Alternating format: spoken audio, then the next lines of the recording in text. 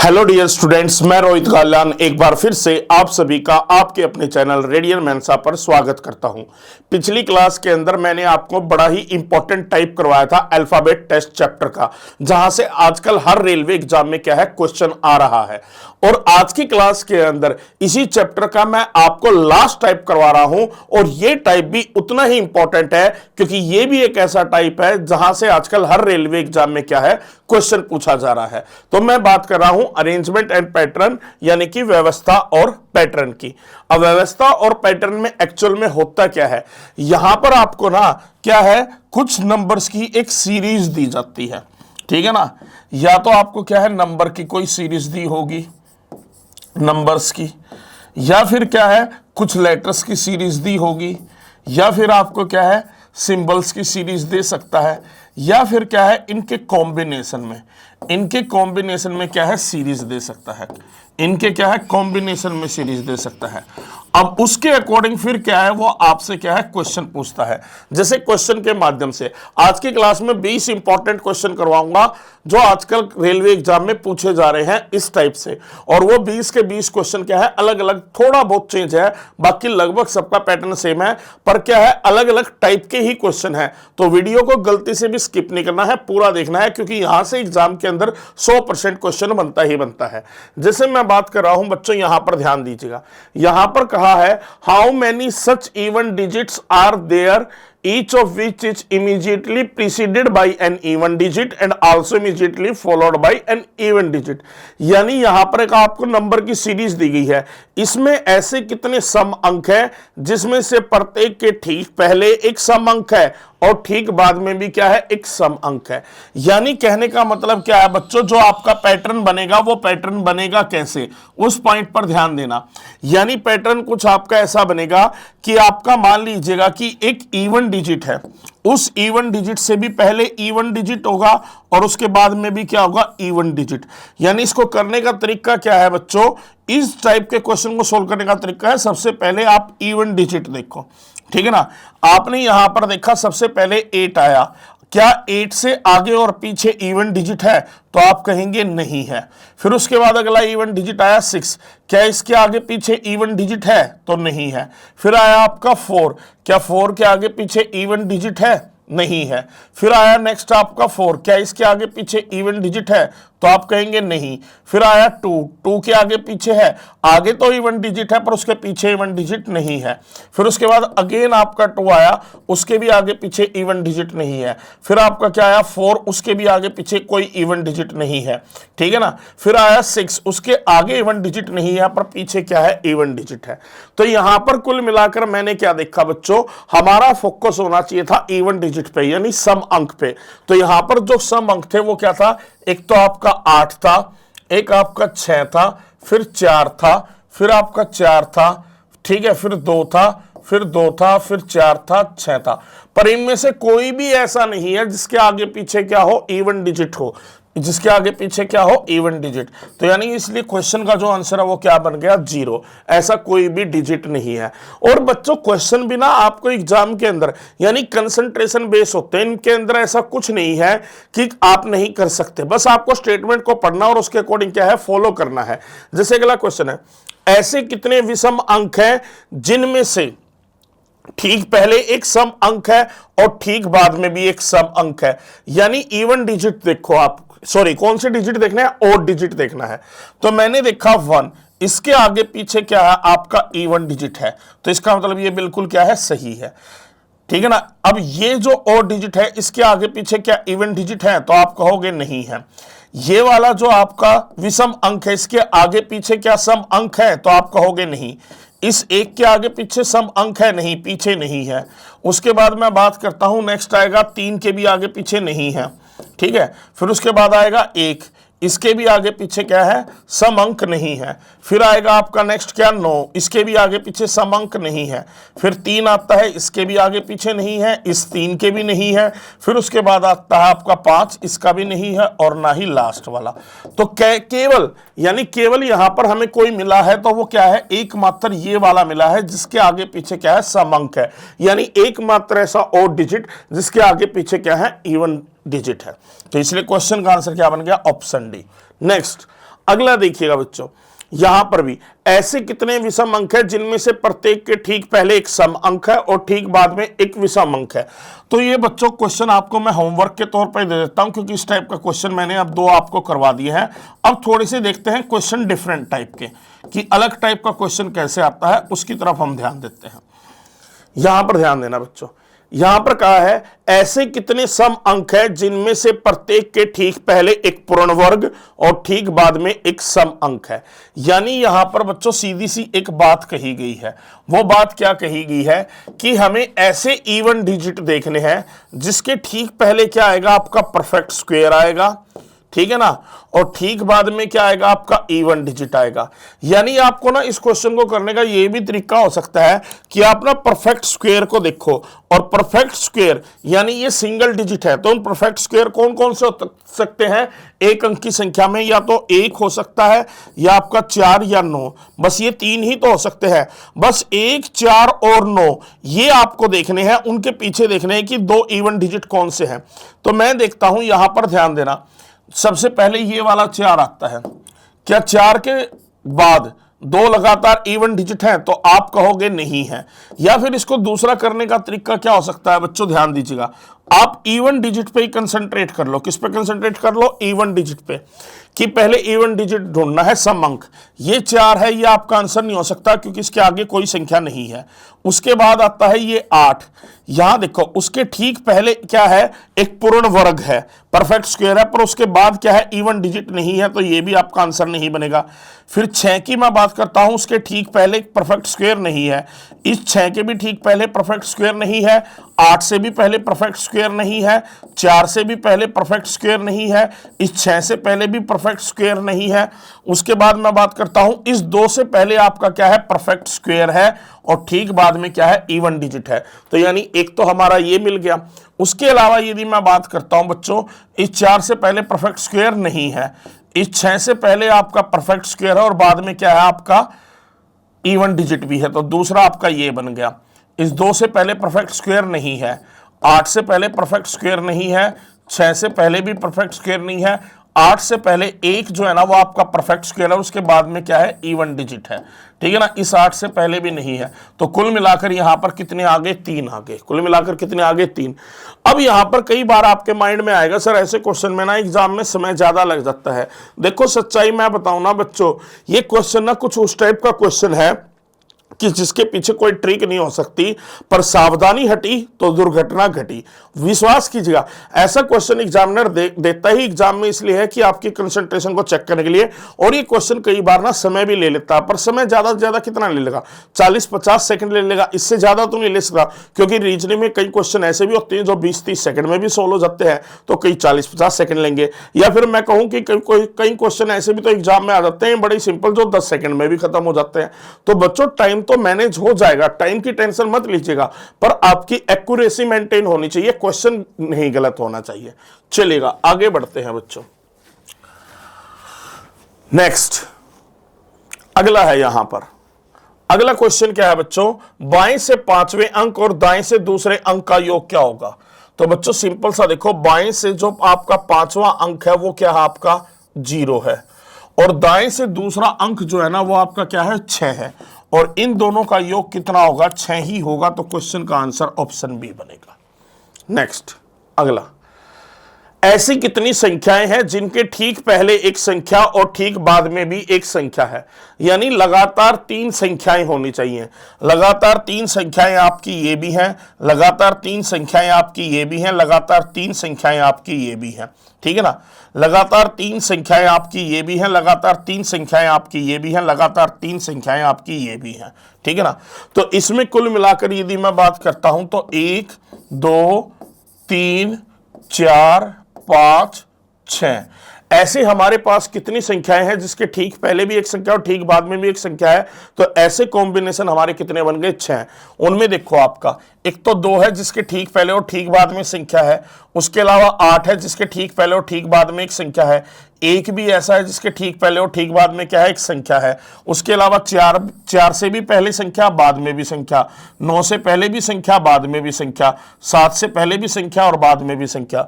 तो इस प्रकार के कॉम्बिनेशन यानी कुल मिलाकर हमारे कितने मिल गए, 6। तो आंसर भी क्या हो गया आपका, 6 हो गया।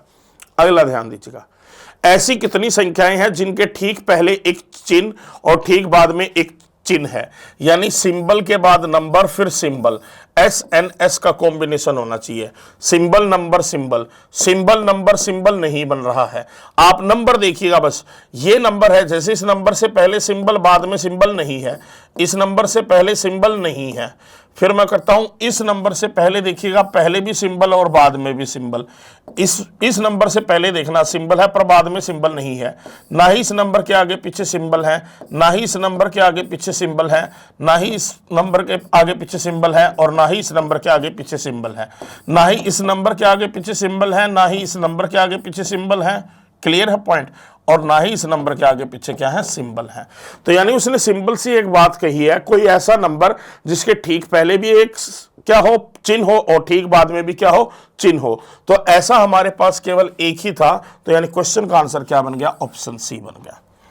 नेक्स्ट चलेगा, ये भी बच्चों उसी पैटर्न पर आधारित है, तो ये क्वेश्चन आपके लिए होमवर्क हो गया। इसको आपको क्या है, जल्दी से सोल्व करके मुझे कमेंट करके बताना है। मैं देख रहा हूं बच्चों आप ना कमेंट नहीं कर रहे, जो क्वेश्चन आपसे पूछूंगा जब तक आप कमेंट नहीं करेंगे तो क्लासेस का ना मजा नहीं आएगा। ध्यान दीजिएगा बच्चों, आपके लिए। अच्छा, साथ ही साथ मैं आपको बता देता हूं बच्चों कि आप जो है ना, साथ ही साथ जो मैं आपको चैप्टर वाइज पढ़ा रहा हूं और टाइप वाइज जो चीजें पढ़ा रहा हूं, उनकी बुक से साथ के साथ क्या है, प्रैक्टिस कर लीजिएगा। इंग्लिश की बुक ऑलरेडी आ चुकी है और हिंदी की बुक जो है ना, वो आपको 1-2 दिन में अवेलेबल हो जाएगी। तो बच्चों साथ ही साथ क्या है, बुक जरूर परचेज कर लेना। आपकी बुक जो है ना, वो तीनों जगह पर क्या है, अवेलेबल है। अमेजोन पर भी है, फ्लिपकार्ट पर भी है, और हमारी ऑफिशियल वेबसाइट है।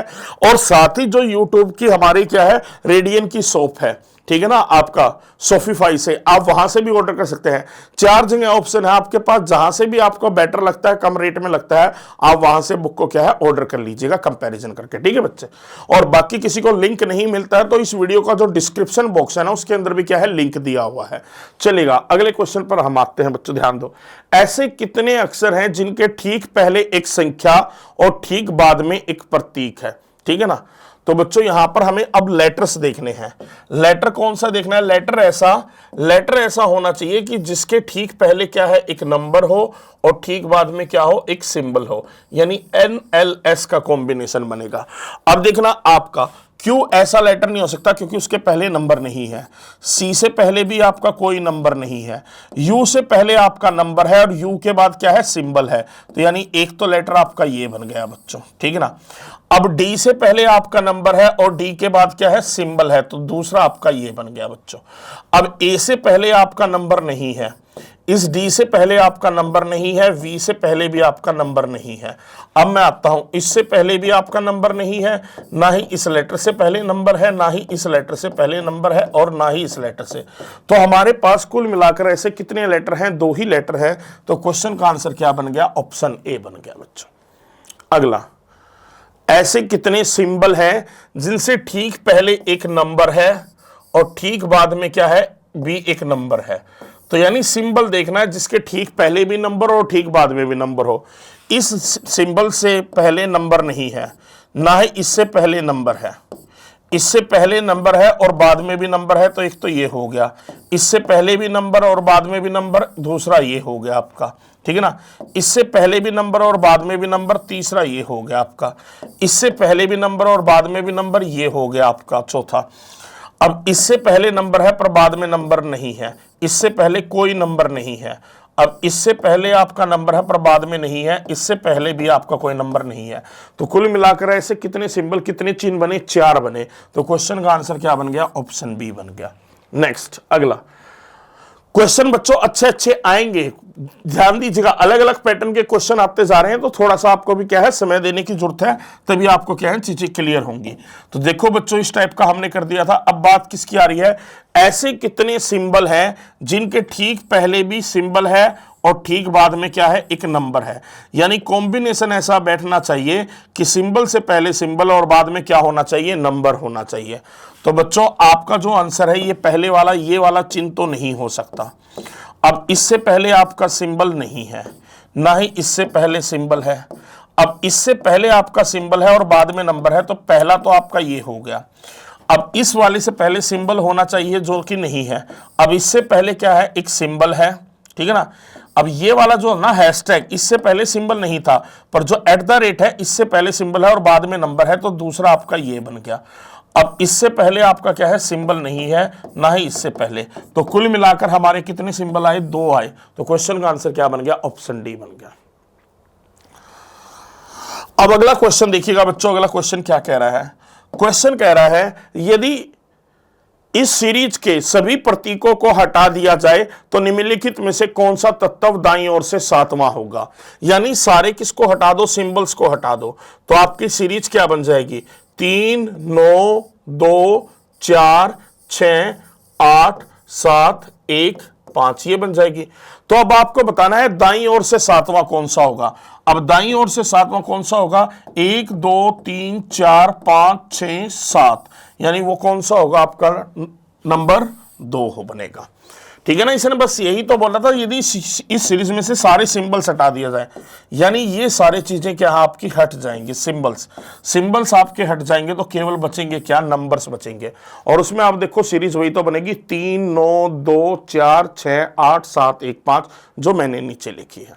नेक्स्ट, अब अगला क्या कह रहा है बच्चों, यहां पर कह रहा है यदि दिए गए अनुक्रम को उल्टे क्रम में लिखा जाए तो कौन सा तत्व दाएं छोर से 10वें तत्व के दाएं 7वां होगा। पहली बात यहां पर पता है क्या कह रहा है बच्चों, देखो पहले तो आप ना इस बात को समझना, दाएं छोर से 10वें तत्व के दाईं और 7वां, तो ये बच्चों कल मैंने कंसेप्ट बताया था, राइट से जब राइट जाना हो तो हम सब्ट्रैक्ट कर लेते हैं। यानी कुल मिलाकर जो नई सीरीज बनेगी ना, उसमें जो राइट से 10th है उसके राइट में 7th कौन सा होगा, जो राइट से क्या होगा, 3rd होगा, जो राइट से क्या होगा, 3rd होगा।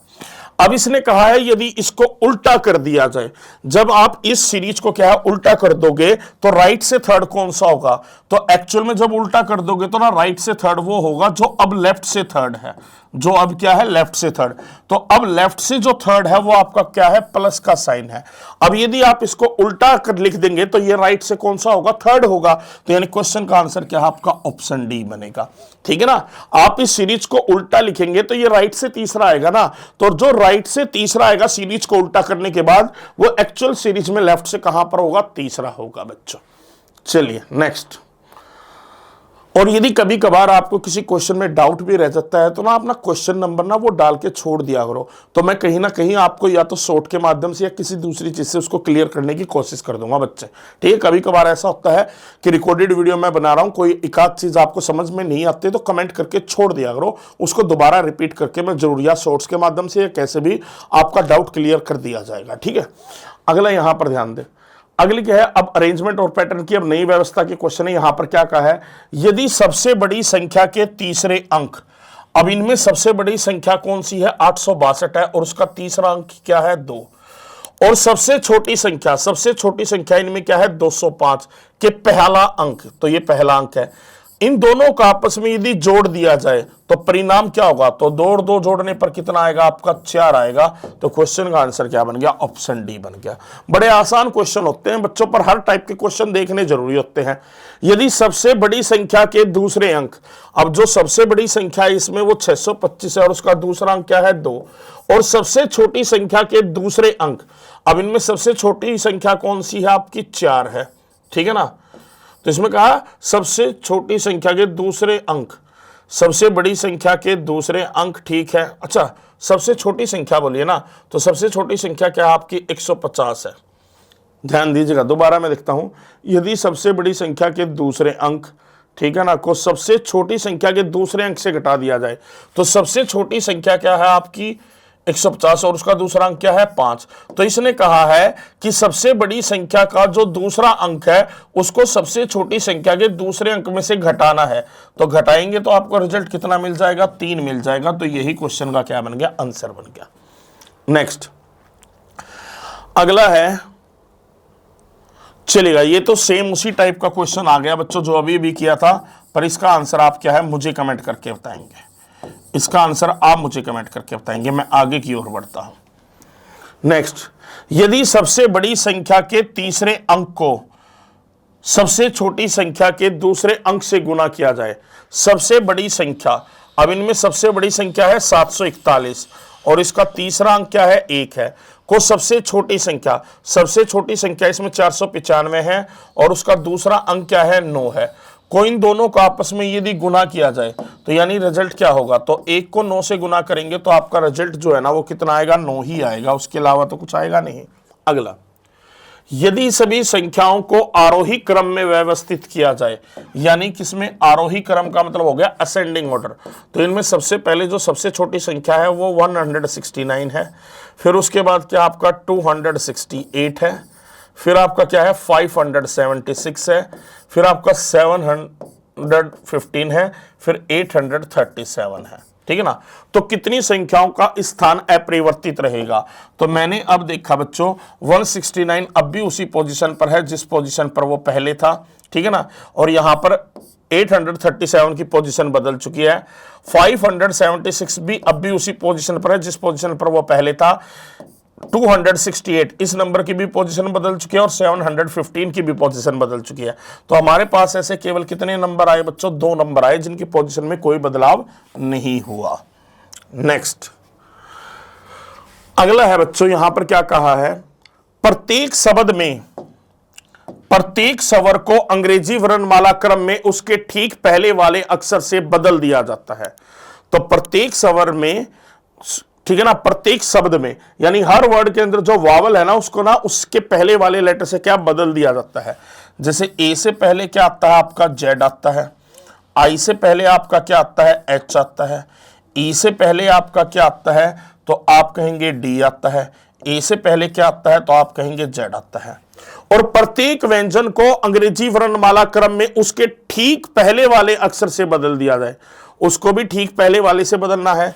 तो सी से पहले क्या आता है बी आता है, बी से पहले क्या आता है ए आता है, बी से पहले क्या आता है आपका ए आता है, टी से पहले आपका एस आता है, वाई से पहले एक्स आता है और टी से पहले आपका एस आता है, एफ से पहले ई आता है और टी से पहले एस आता है। तो इस प्रकार बने कितने अक्षर समूहों में कोई भी स्वर नहीं आएगा। तो अब आपको बताना है कितने ऐसे हैं जिसमें कोई भी क्या नहीं है, वावल नहीं है। तो देखो बच्चों, इसके अंदर तो वावल है, इसके अंदर भी है, एक तो आपका ये हो गया इसके अंदर कोई भी स्वर नहीं है और इसके अंदर भी क्या है वावल है। तो हमारा एक ही ऐसा क्या बना बच्चों, ग्रुप बना जिसके अंदर अब कोई भी वावल नहीं है। ये होगा हमारा आज की क्लास का आखिरी क्वेश्चन बच्चों। यदि प्रत्येक शब्द में चौथे अक्षर को अंग्रेजी वर्णमाला क्रम के अगले अक्षर से बदल दिया जाए, हर शब्द का चौथे अक्षर को क्या है नेक्स्ट लेटर से बदल दो और बाकी कुछ नहीं करना। तो यानी कुल मिलाकर इसको नेक्स्ट से बदलूंगा तो ये क्या बन जाएगा PLA, एन की जगह O आ जाएगा, ठीक है ना। और यहां पर ये FOR रहेगा पर E की जगह अगला लेटर यानी क्या आ जाएगा F आ जाएगा, ठीक है ना। यहां भी ये RAM रहेगा पर P की जगह उससे अगला लेटर यानी Q आ जाएगा। यहां पर ये आपका RAN रहेगा पर G से अगला लेटर आ जाएगा जो कि H है। ये SAND रहेगा पर D की जगह नेक्स्ट लेटर आएगा E। अब पूछा है तो इस प्रकार बने कितने अक्षर समूहों में 2 स्वर होंगे। अब आपको बताना है कितने ऐसे ग्रुप हैं जिसमें 2 वावल्स हैं। तो मैंने यहां पर देखा बच्चों, इस ग्रुप के अंदर 2 वावल हैं A और O। तो एक तो आपका ये हो गया, इसके अंदर केवल आपका एक ही वावल है, ठीक है ना। अब इसके अंदर भी क्या है आपका केवल एक ही स्वर है, इस ग्रुप के अंदर भी केवल एक ही स्वर है पर इसके अंदर क्या है आपके 2 स्वर है। तो यानी इसका मतलब ऐसे ग्रुप कितने बन गए, 2 बन गए। और इसी के साथ बच्चों अल्फाबेट टेस्ट ये चैप्टर आपका कंप्लीट होता है और अगली हमारी जो क्लास होगी मैं उसमें आपको मिसिंग नंबर का टॉपिक देखिएगा। जिस तरीके से बुक है ना उस तरीके से मैं आपको पूरा सिलेबस क्या है कंप्लीट करवाते हुए चलूंगा। अब 2 चैप्टर आप लोगों के हो चुके हैं तो उन दोनों चैप्टर के क्वेश्चंस की बुक से क्या है साथ ही साथ प्रैक्टिस जरूर करें ताकि आपकी तैयारी क्या है और स्ट्रांग हो जाए। और देखिएगा बच्चों ये बैच ना इतना खास है, इससे केवल आप रेलवे का ग्रुप डी का एग्जाम नहीं, रेलवे का चाहे कोई भी अदर एग्जाम क्यों ना हो उसको भी क्या है टारगेट कर सकते हो। तो चलिएगा स्टूडेंट्स, आज के लिए इतना काफी है। अब मिलेंगे अगली वीडियो में। Till then take care, good bye.